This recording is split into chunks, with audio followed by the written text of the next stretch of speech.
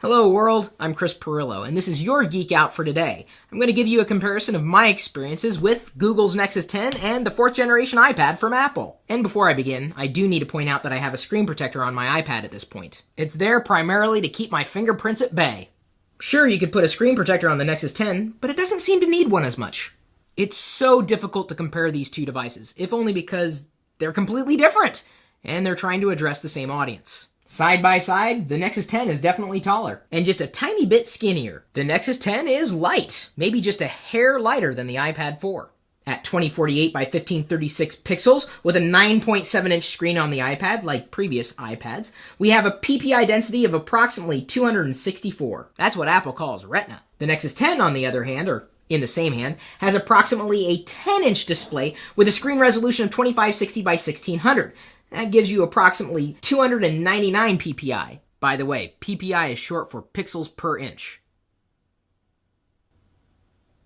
In my experience, with my eyes, the Nexus 10 may have been a hair sharper than the display on the iPad 4th generation, but it was hardly much of a difference. Or maybe it's a law of diminishing returns. And don't get me wrong, the higher PPI, the better. As far as colors go, there's definitely better saturation on the iPad 4 screen. My red curtains are a bit muted, and that black shirt seems to be not as black on the Nexus 10 screen, especially when compared to the iPad 4. In my hand, the Nexus 10 felt comfortable. Probably more comfortable than the iPad 4, if only because Google went with a plastic back, which provided somewhat of a grip, versus a metal back on the iPad 4, which doesn't really grip at all. The Nexus 10 definitely has a softer perimeter. The iPad feels comfortable in landscape or in portrait mode, whereas I felt a bit more comfortable holding onto my Nexus 10 in landscape mode compared to portrait. The Nexus 10 has a GPS. The iPad 4th Gen has that option, but with the cellular model only. Apple has hundreds of thousands of applications optimized for the iPad screen. I had to turn to the Tabified Market HD app on the Nexus 10 to find a handful of apps optimized for large screens on the Android platform. And whereas I could run any application available in the App Store on the iPad, some of the apps I wanted on my Nexus 10 simply weren't compatible with it. The cameras on the iPad 4th generation are just fine. Seemingly no better or no worse than the cameras on the Nexus 10.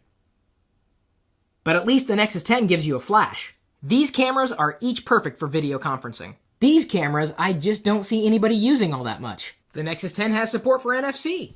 The iPad doesn't. As far as network support's concerned, they both seem to work equally as well on Wi-Fi, at least in my experience. But you should also note that only the iPad comes with a 3G or 4G option. Can't get that on the Nexus 10 yet. Neither of these two devices has the option for expandable storage. At least, not out of the box. And as far as connection options are concerned, the Nexus 10 has a headphone jack located next to the micro USB port, and, on the other side, HDMI out.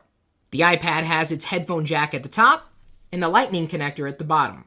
But despite the lack of an HDMI port on the iPad, there's still a video out option, and I'll get to that in a second.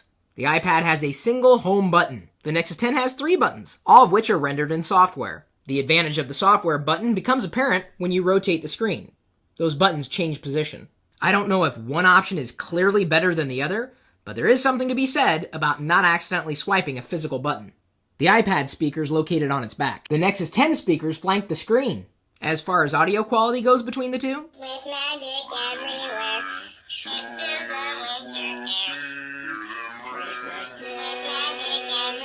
and while I appreciate the position of the speakers on the Nexus 10, it seems that the iPad 4 produces a richer sound overall. The Nexus 10 speakers are definitely treble heavy, to my ears.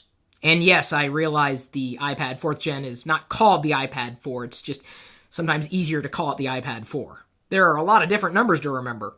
And now it's time to check in with the biased fish. On the iPad 4th generation, at approximately 60 frames a second, we have 100 fish swimming across a window size of 981 by 644. On the Nexus 10, at approximately 39 frames a second, we have 100 fish swimming across a window size of 980 by 490. And here's how they look with 250 fish on each screen. They're definitely swimming faster on the iPad 4th Gen. Between the two, the iPad screen was definitely more responsive to the touch. Overall, scrolling in applications on the iPad 4 was relatively smooth, although I gotta tell you, there was a bit of stutter here and there. But nowhere near the amount of stutter that I found throughout the Nexus 10. While I definitely experienced graphical rendering inconsistencies on both devices, they were a bit more pronounced on the Nexus 10. Oh, don't dim on me. I'm not letting you off the hook. Seriously, the iPad 4 has stutter. If nothing else, it just tells me that both companies have a lot of software optimizing to do. The iPad 4th generation experience was generally a bit smoother than the Nexus 10. As far as battery life is concerned, it seems the Nexus 10 drained a hair faster than the iPad 4.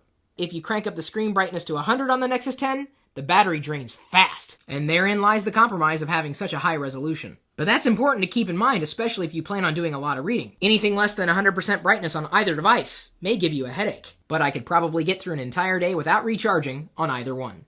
Shall we play a game? Interesting. There are more dynamic elements on the iPad 4th gen compared to the Nexus 10. You get window reflections on the iPad 4, not on the Nexus 10. Your games just may look better on the iPad 4. Zenbound 2 plays smoothly on the iPad 4th gen, and the animations are almost as smooth on the Nexus 10, but not quite. Here's BrowserMark 2.0 on the iPad 4th gen, and the same benchmark running on the Nexus 10. Nice cube spins. The animation is a bit smoother on the iPad 4. The BrowserMark score for the iPad 4 is 2624.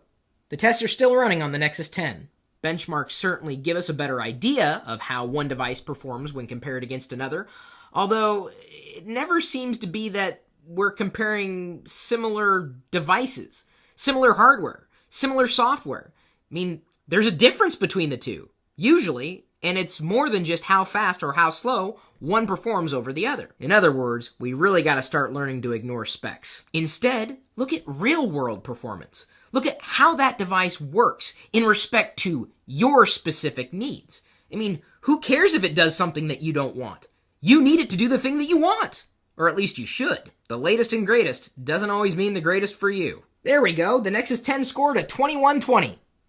Not bad, but it just speaks to my perspective that both platforms need a bit more software optimization. I'm sure there are other ways to compare these two devices, it's just that I only have so much time in the day. I could get a 16 gig Wi-Fi only version of the Nexus 10 for $399. $500 for a 32 gig Nexus 10 versus $500 for a 16 gig iPad. But price and storage aren't the only things that should factor into your consideration. So does the value of either device match its base price? Yes, for both. Things I love about my Nexus 10 include Daydream, that's available in Android 4.2. It's like a screensaver, and it's awesome, especially on a big screen. And while I don't plan on sharing my Nexus 10, having multi-user support built into Android 4.2 is nice, especially for families. You may not want to share your pocket computer with another person, but it's different with a tablet computer. And another thing I love on the Nexus 10, the idea of widgets. I have quite a few widgets installed, it's just that they don't all really look that nice. But yes, I bought some beautiful widgets too. That's a nice screen. A really nice screen. And I happen to like a few things about my iPad 4th gen as well. I have hundreds of iPad screen optimized apps installed and thousands more available to me. Yes, those are all folders. As I said earlier in this video, I also appreciate the generally consistent experience I get on an iPad. The experience tends to be more fluid.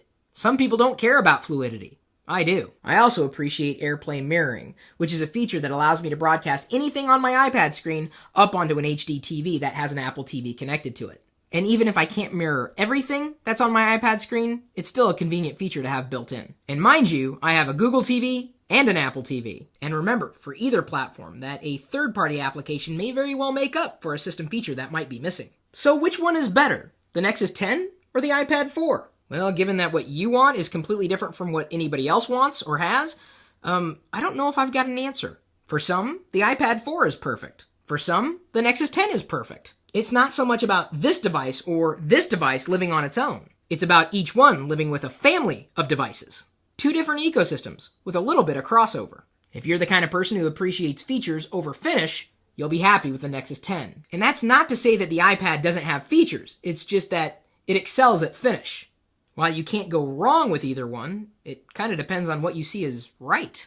Sometimes the hardware seems nicer than the software, and other times the software seems nicer than the hardware.